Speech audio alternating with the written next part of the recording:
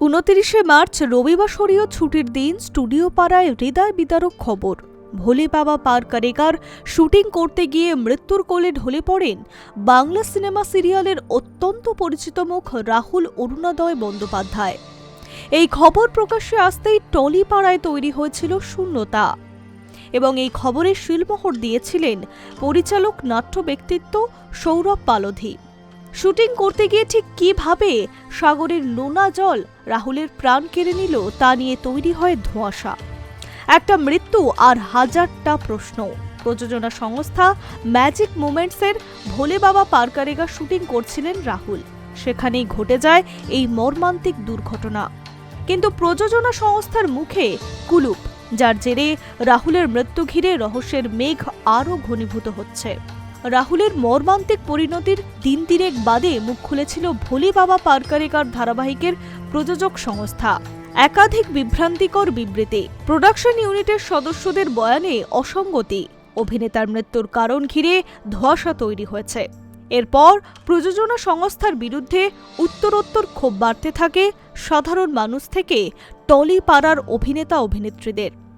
রাহুলের মৃত্যুর ২৪ ঘণ্টার মধ্যেই অল ইন্ডিয়া সিনে ওয়ার্কার্স অ্যাসোসিয়েশনের তরফে প্রযোজনা সংস্থার বিরুদ্ধে কড়া আইনি পদক্ষেপ এবং ক্ষতিপূরণের দাবি তোলা হয়। ক্রমাগত কটাক্ষের মুখে পড়তে হয় সিরিয়াল নির্মাতাদের।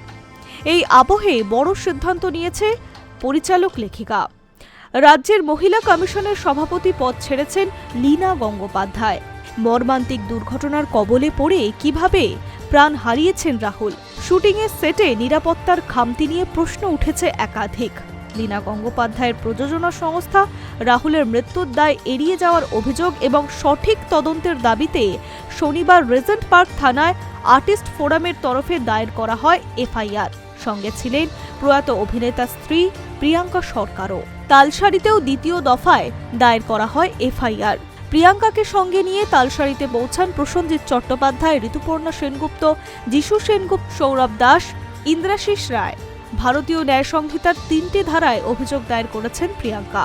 ভারতীয় দণ্ডবিধির ১০৬-এর ১ অর্থাৎ অনিচ্ছাকৃতভাবে খুন, ৩-এর ৫ অর্থাৎ অপরাধমূলক ষড়যন্ত্র এবং ২৪০ অর্থাৎ অপরাধ সংঘটিত হয়েছে জেনে ইচ্ছাকৃত মিথ্যে তথ্য দেওয়া। রাহুল অরুণোদয় বন্দ্যোপাধ্যায়ের মৃত্যুতে রূপালী জগতে বিদ্রোহর আগুন। অভিনেতার বেঘরে প্রাণ চলে যায়, এই দায় কার? প্রশ্ন উঠছে টলিপাড়ায়। জাস্টিস ফর রাহুলের স্লোগান উঠেছে। ৪ এপ্রিল রিজেন্ট পার্ক থানায় অভিযোগ দায়েরের পর টেকনিশিয়ান স্টুডিওতে জমা হন আর্টিস্ট ফোরামের সদস্যরা। সেখান থেকেই রাহুলের মৃত্যুর সঠিক বিচারের দাবিতে রাজপথে পা মিলিয়ে হাঁটেন টলিপাড়ার শিল্পীরা। প্রিয় রাহুলের জন্য একজোট হয় বাংলা সিনে দুনিয়া। ভবিষ্যতে যাতে টলিগঞ্জের স্টুডিও পাড়ায় আর কোনো সদস্যকে এমন পরিণতির শিকার না হতে হয়, তার জন্য আর্টিস্ট ফোরাম ফেডারেশন, ইম্পা এবং প্রযোজকেরা একজোট হয়ে শিল্পকলা কুশলীদের নিরাপত্তার দাবিতে মঙ্গলবার থেকে কর্মবিরতির আহ্বান জানিয়েছিলেন। সেই ডাকে সাড়া দিয়েই মঙ্গলবার সকাল থেকে স্তব্ধ টলিপাড়া।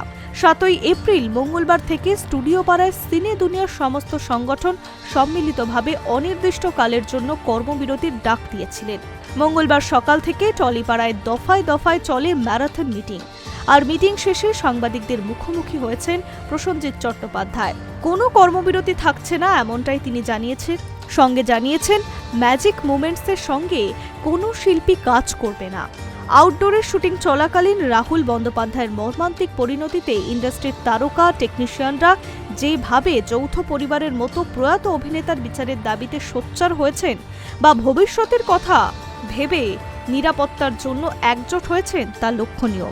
এর মাঝেই মিটিং থেকে ফিরে সোশ্যাল মিডিয়ায় প্রসেনজিৎ চট্টোপাধ্যায়কে ট্যাগ করে নিষিদ্ধ শিল্পীদের কাজে ফেরানোর জন্য আগামী ৭২ ঘণ্টার ডেডলাইন বেঁধে দিলেন টলি সুপারস্টার। পোস্টে লেখেন, আমরা সকলে মীমাংসার অপেক্ষায় রয়েছি। Hi news network.